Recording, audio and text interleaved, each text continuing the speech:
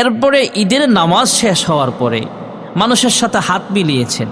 হাত মিলানোর সময় অনেকে বলতেছে আমাদের ডক্টর ইউনূস সাহেব আরও 3 বছর চালাবে, 5 বছর, 3 বছর, একটা স্লোগানের মতো হয়ে গেছে। আমাদের সমন্বয়ক সার্জিস আলম তো বলেই ফেলেছে যে আমরা নির্বাচিত সরকার যেভাবে 5 বছর থাকে আমরাও আপনাকে 5 বছরের জন্য চাই।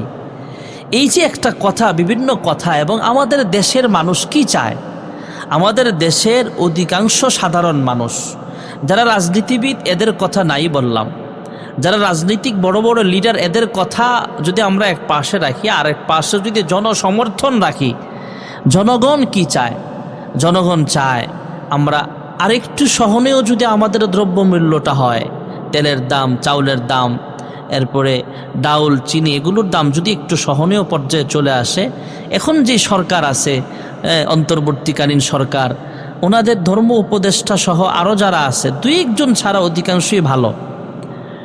আমি মাঝে মাঝে এই দেশের গবেষণা নিয়ে একটা কথা বলি, সেটা হলো এই আগে তো আমরা 300-350 জনের, 360 জনের দেশ চালাইতো, এদের চেয়ে ভালো চালাচ্ছে এই 22 জন 25 জন মিলে।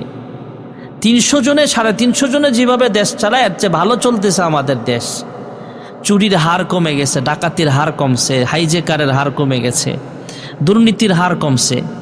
তা আমাদের দেশটা ভালো হোক, এবং বর্তমান যিনি ডক্টর মোহাম্মদ ইউনূস আছেন, ডক্টর আফম খালিদ হোসেন সাহেব আছেন, ওনাদের মাধ্যমে দেশটা আরও এগিয়ে যাক আমরা চাই এবং দোয়া করি আল্লাহ তাআলা ডক্টর ইউনূসকে সহ এবং আরও যারা দেশ পরিচালনা করছেন এর খারাপ কাজগুলো বাদ দিয়া খারাপ কাজগুলো যেন আল্লাহ মাফ করে দেন, এবং ওই খারাপ কাজগুলো থেকে, গুনাহ থেকে ফিরে এসে তওবা করার তৌফিক দান করেন, এবং ভালো কাজগুলো যেন আল্লাহ বেশি বেশি করার তৌফিক দান করেন।